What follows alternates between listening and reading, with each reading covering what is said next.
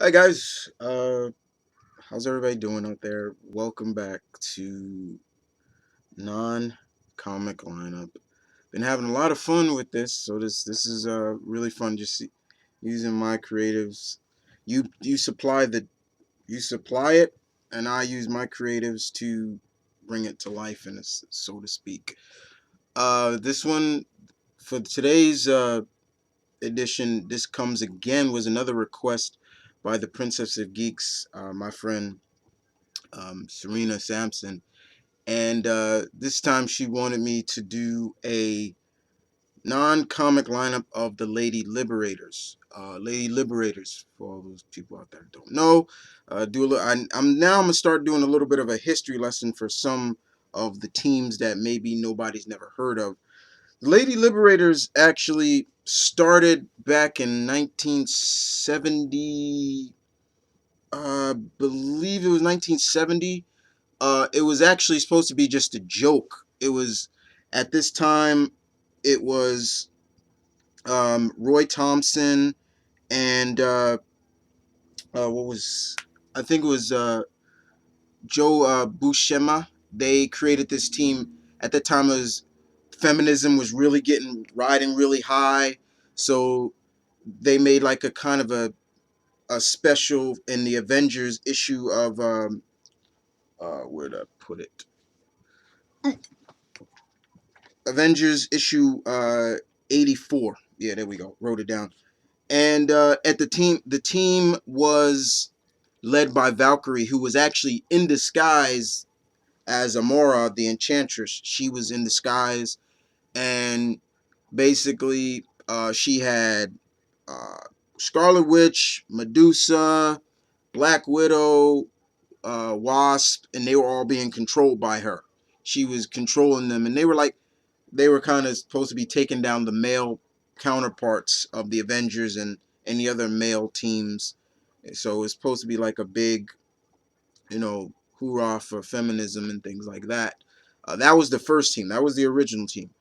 Then, about maybe I believe 2008, we saw a new version of the Lady Liberators where it was She-Hulk, Jen Walters. She created a new team to take on the Red Hulk during a time when his identity was really kind of concealed. Nobody knew who he was. He just came out of the blue. He actually humiliated Jennifer Walters. So she put this team together with Sue Richards, Valkyrie. Uh, it was which Valkyrie was it? I think it was the Earthbound Valkyrie, not Brunhilde Valkyrie. It was a little. There's two Valkyries for everybody who doesn't know. Um, I believe it was Valkyrie, Thundra, Storm, Hellcat, Spider Woman, Tigra. There was a lot of big name female Marvel characters, and they all came together to take on the Red Hulk. But then after that, there was no other team after that. Uh, so I'm here to do a non-lineup comic lineup of the Lady Liberators. Serena said 12 members. These were the catches. 12 members, but there can only be 12 members, and I can have the run of the muck of any characters. So we're talking characters from anime, video games, cartoons, you name it. No characters from comics or any other American comics, so to speak. So I'm here to do this. As always, this was another request by her, and I'm having a lot of fun, as always, guys. So I hope you guys enjoy it. I hope you enjoy this lineup. I know I had a lot of fun putting it together, and I think I did a pretty good job putting this team together. Uh, I think in retrospect, if anybody was to take on this version of Lady Liberators, they'd be in for a run for their money. So I hope you guys enjoy, and keep the requests coming, guys. I'm just keep them coming because I'm having a lot of fun. Take care. All right, guys. Let's get this started, shall we? Alright, so you heard in the beginning, we're doing the Lady Liberators. Request by Princess of Geeks. Let's rock this out. 12 members. I was given 12 members. Let's go. Alright, so I think I was gonna start with the leader. Who will lead this team? And that is none other than the Major Motoko Kazanage from Ghost in the Shell. Yes, I love the Major.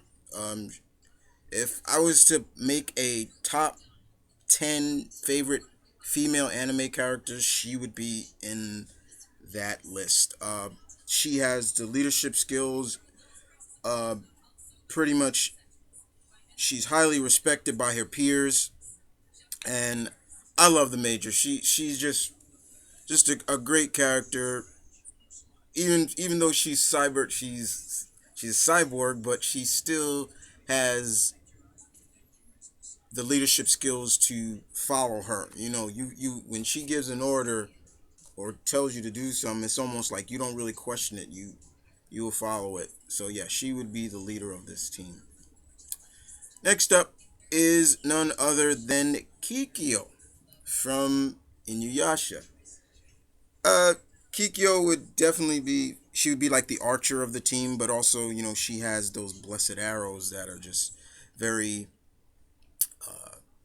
impactful against, especially demons. And if the team was ever to go up against demons, yeah, Kikyo would definitely be able to use her sacred arrows to dish out some damage. Kikyo, she looks fear in the eye and spits at it, no doubt about it. So yeah, definitely Kikyo. Next up will be the speedster of the team, and I'm going old school. Gotta go with my girl Chitara from the Thundercats. Yes, Chitara, great character, loved her. And I'm talking old school Chitara here. We're not talking about new school Chitara. Uh, Very strong, fearless, always willing to back up her fellow teammate. She also has that sixth sense that is really cool. Even though she can only keep her top speed up for about 2 miles, if I remember correctly, but she still is a speedster nonetheless. And yeah, definitely. Next up would be ChunLi. Considered the strongest woman in the world in the Street Fighter universe. You guys know me. I'm a huge ChunLi fan. She's all legs, but this woman is another fearless competitor, fearless woman that just is no joke. I mean, you would want her on a team, and you wouldn't want her to be your adversary, because she'd kick your ass with the lightning kick or the spinning bird kick, or even just dish out a little bit of throw her key out at you in the form of a key Kalkin. ChunLi, definitely, yeah. Next up is Frost. Yeah, now why did I put Frost on the team? Because her cryokinesis is pretty strong. It's not up to par to her master, her Sifu, Sub-Zero, but she is a good character nonetheless. The only problem I have with her is she seems to really have her pride gets the best of her, and her arrogance. She's kind of arrogant, and if you know the Mortal Kombat universe and her story very well, you could see just like her arrogance is very much. So there would be times she'd be like kind of the hothead and the member of the team that really the Major is gonna get on. Like, why did you do that? I didn't tell you to do that. And there are gonna be times that she's gonna look at maybe sometimes the other members of her team like they're kind of better than me. So she's gonna kind of push herself, because that's kind of how her character is as well. But she is a traitor. But then see, now that the storyline has been flipped, we don't know if she's a traitor anymore. So you got to put that in consideration. Now we did see her in Mortal Kombat X, but she still is a hothead nonetheless. So yeah, Frost. Next up on the team would probably be the youngest member of the team, or probably one of two of the youngest member on the team, and that is Korra, the Avatar Korra.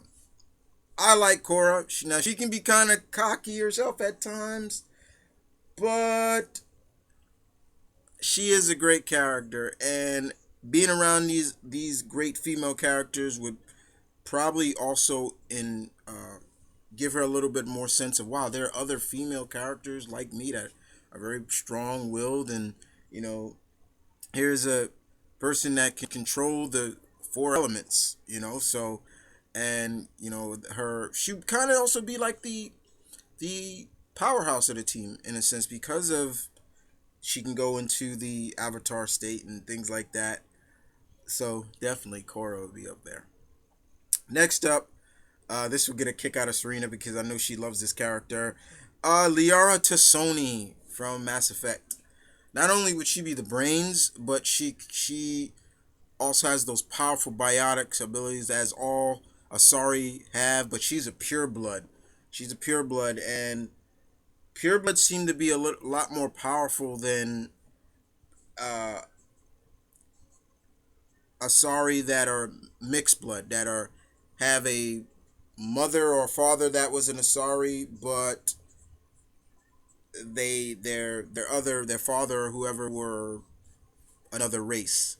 Not saying that they're bad, but pure blood seem to get, they're a lot stronger, and they also get ridiculed a lot more by other Asari. Like there's a little bit of a animosity between them because they're the pure bloods.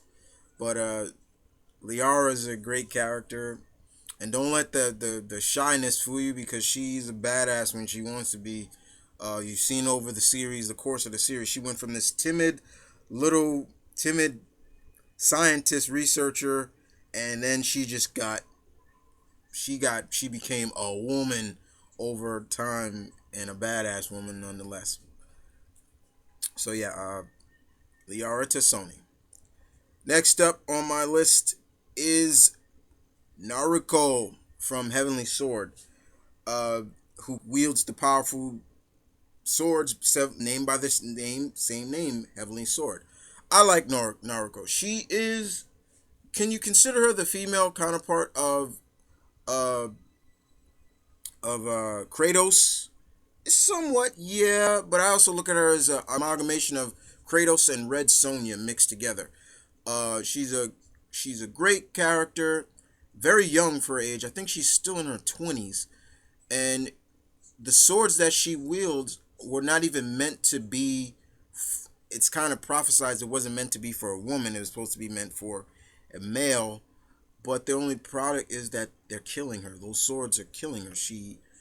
But she makes the best of it by defending her people. So I respect that about her. Next up would probably be the second youngest member of the team. And you got to, with all the offense, you got to have a defense on the team. And I always liked this character because of her defensive capabilities. And that's Orihime from Bleach. Say what you want about Orihime. She's sexualized. She's got the big boobs, blah, blah, blah, blah, blah. But she was always there for her friends. And I love that about Orihime. Now, her powers come from those little charms in her, those on the side of, in her bracelet, her hair charms. And each of them have like little fairy-like individuals in there that her powers work on defensive abilities, like making up force fields. Also, she can heal people, which I've also liked. And I think that's what the Major would definitely use Orihime for, is like, you're our go-to girl. If someone gets hurt, you're our medic. You're our defensive capability. You're our defense. You'll be a leader of the defensive squad of the team, in a sense. And so definitely I could see that on the team. And I also could see her and Korra being very good friends on the team. Like, yeah, oh yeah, I like your capabilities. Those are really cool. And anybody who has spiritual power could probably see them. So I think Kikyo could see the little fairies that that, or she's using but she would definitely be the defensive member of the team and the healer of the team as well. And I think Liara would be really interested in him as well, at being as a researcher. Like, ooh, wow, that's really cool. All right. So next up is Rana Lenchi Lenshin from the anime Friesen. If you've never seen Friesen, these women in Friesen are badasses. Rana is one of them. Next to Satellite L Bridget, Rana is up there as a powerhouse. And unlike most of the women, she doesn't use weapons when she's fighting. She's more of a what do they call her type of what do they call her type? She's a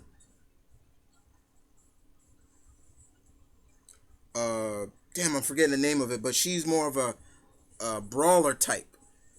And but she's very powerful nonetheless. She would be definitely, I could see her and ChunLi being really close, like, and actually probably even sparring together. Like, oh yeah, okay, can you teach me that? Ooh, I would like to learn that. Could you teach me that? But she would be definitely another go-to gal for Major in terms of the brawler style. Yeah, so definitely. Next up on the team is Robin Senna from Witch Hunter Robin, the anime Witch Hunter Robin. I loved that anime. I thought it was a really cool anime that dealt with witchcraft in a different uh, setting. Robin was the one of the main protagonists, and she was a very powerful pyrokinesis. She used pyrokinesis, but at first she had a little trouble with it because of she needed to wear these glasses. Like, she was kind of like farsighted. So when she was uh, shooting her pyrokinesis at one of the witches and demonic entities, she couldn't really focus on them. Like, her her pyrokinesis would go all over the place. So they were like, okay, you need glasses. And once she started putting on the glasses and she started to really believe in herself more, yeah, she was a force. And Robin, we could be kind of like this, another one of the mystical members of the team. And last but not least, I went with one of the members, one of my favorite members, favorite characters from Soul Calibur, and that is none other than Taki. Taki is she's a ninja, but she's also a demon hunter as well. So she knows how to deal with demons just as much as Kikyo and Robin and all them. Um, she has the ninjutsu skills, and then her nimpo abilities are very powerful. She is another one of those members that you would look at and you are just like, whoa. I could see, once again, she could also be used as a reconnaissance. So if the Major needed someone to get in real quick, scope the area out, Taki, I need you to go in, scope the area out real quick. Make no contact with the enemy, just scope it out and give us a detail of what's going on. But if need be, Major could look at her as like, yeah, I can use you as also my reconnaissance, but also like my special ops member. Like, go in, get the job done real quick. So yeah, Taki would be my last member of the team. So there you go, guys. Another lineup down. I had fun with doing it. I love doing the all-female teams because it's a lot of fun. I know I have to do the Birds of Prey. Somebody asked me to do Birds of Prey. I'm trying to remember. I think it was Jacob. My friend Jacob Harper. I got to get on that soon. But I got a lot more to go. I know I got the Masters of Evil. I have the like I said, I got the Birds of Prey. Yes, guys, I will do the Justice League and the Avengers, just the original Justice League and Avengers, guys. Don't worry, but I'm saving those for a while. But while I am doing these teams, I am scoping out who are going to be members of those teams. I'm actually building those teams up. so to speak. I think I'm gonna do 10 members each for the JLA, or just the Justice League and the Avengers. Uh, but I still got a lot more to go. I know I have. Who else gave me? Who would my non lineup of members of Shield, like Shield members, Agents of Shield, not the cartoon, not the show, but just Agents of Shield. So I gotta make that. Uh, who could be members of that?